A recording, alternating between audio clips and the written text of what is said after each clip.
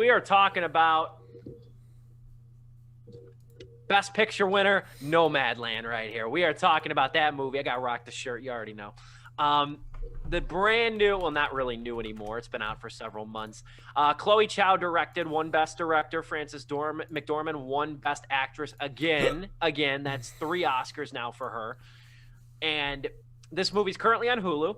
I've seen it. My review's been out for several months talking about this movie. I'm really more interested in these guys' perspective on it, so I'm going to kind of give the floor to them mostly. I'm going to start by saying this, though. I'll kind of give my spiel here, maybe jump in here and there, but I do want to hear you guys, and I was just talking for the last 15 minutes.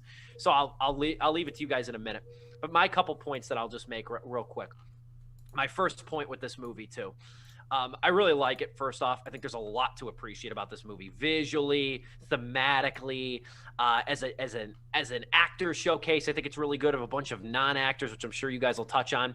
But two big points that always stick out with me with this movie, or that will stick out with me. Number one, there's been a lot of criticism. I think it's unfair that, there's one side of the crowd that wants movies not to be so political. Then there's the other crowd that just wants political movies. But there's been criticism about this movie not being very critical of like this being a depiction of capitalism's failings. And you could totally make that argument. You would be justified making that argument. And Chloe Zhao would have been justified in making a movie about that very topic. And I'm not here to say not everything needs to be political, because a lot of things are inherently political, whether you want to look at them or not. But I'm going to say this, though. Had this movie been explicitly about that, I think it would have lost a lot of the human touch behind it. And I don't think it's a bad thing that Chloe Zhao opted to make this movie very humanistic and very centered on experience and a singular person versus a critique of an entire country. I think that's a much tougher movie to make, in my opinion, than a movie like what she made. So that's my first point. Number 2 as well, there's a lot you can kind of take away from this movie. And I don't want to pigeonhole this movie into a specific box, but I think the ultimate thing I took away from Nomadland, and I still do, is that, like it always seems like Frances McDormand's character is cloaking some grief or some pain within her with the loss of her husband. But I don't think it's totally about that. I think this movie really goes to show, in a lot of ways, the American spirit in terms of just getting through the getting by, go trudging through no matter how bad the outlook looks for you or your life or your situation. I think that's ultimately what this movie is kind of showing you in a very poignant way.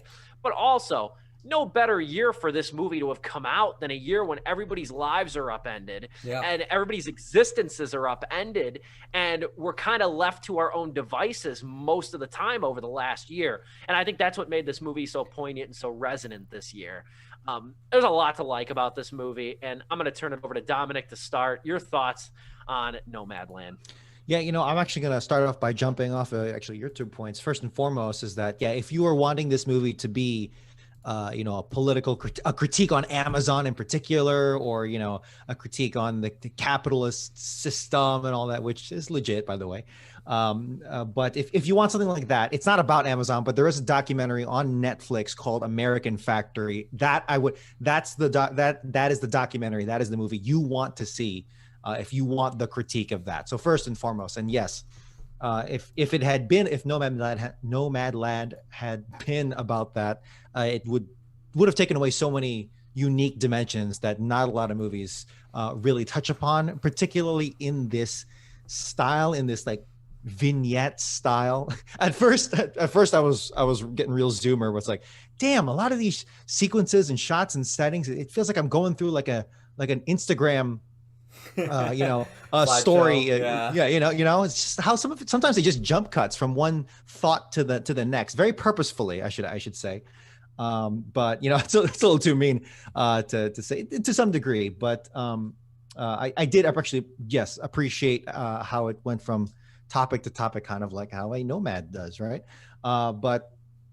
Going back to what Steve said about the American spirit, the pioneer spirit. It's funny because one of the characters in the story describes Fern in that way, but almost kind of like mockingly, not mockingly, but in a way that you're thinking, I don't know if they really mean that, right? But it's really important that I guess the audience comes to know Fern as someone who is not completely wronged, right? She is not the stereotypical victim of, the capitalist system, or the victim of a horrible tragedy, or the loss of someone. It's not wholly her fault. There is a degree, as you discover the mystery of her background, or just the story of her background, there is a degree of grief that she is not quite getting over, even though that's not wholly her character.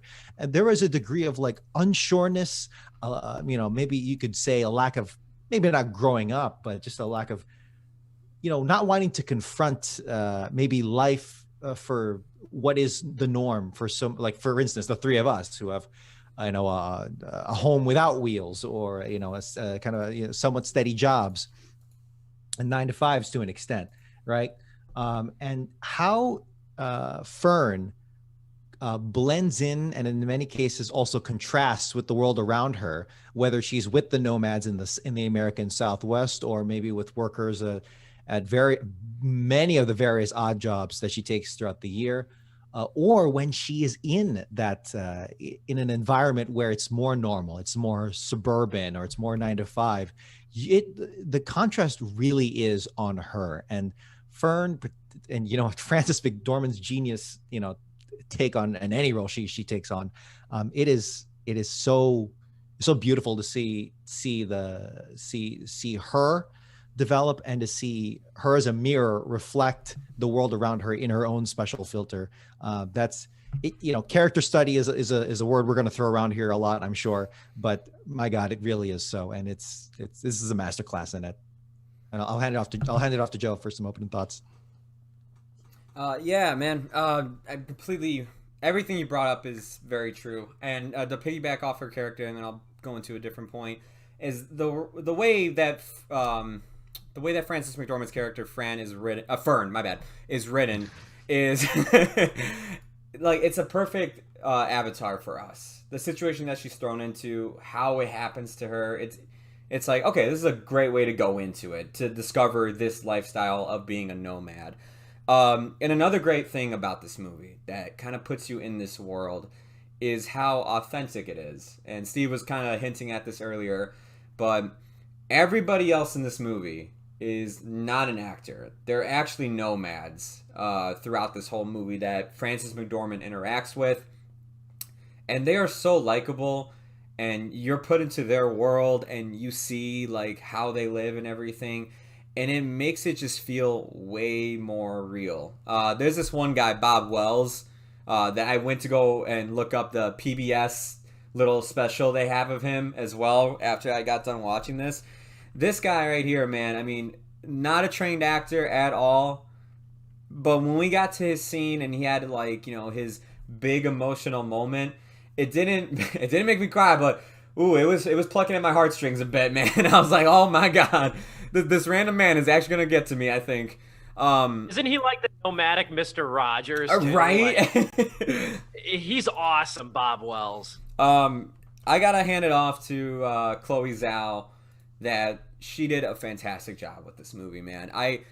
When I heard this one Best Picture, I was like, all right, well, maybe this will be one of those movies where it's like, yeah, I see why I got Best Picture, but do I think it deserved it? No, I do.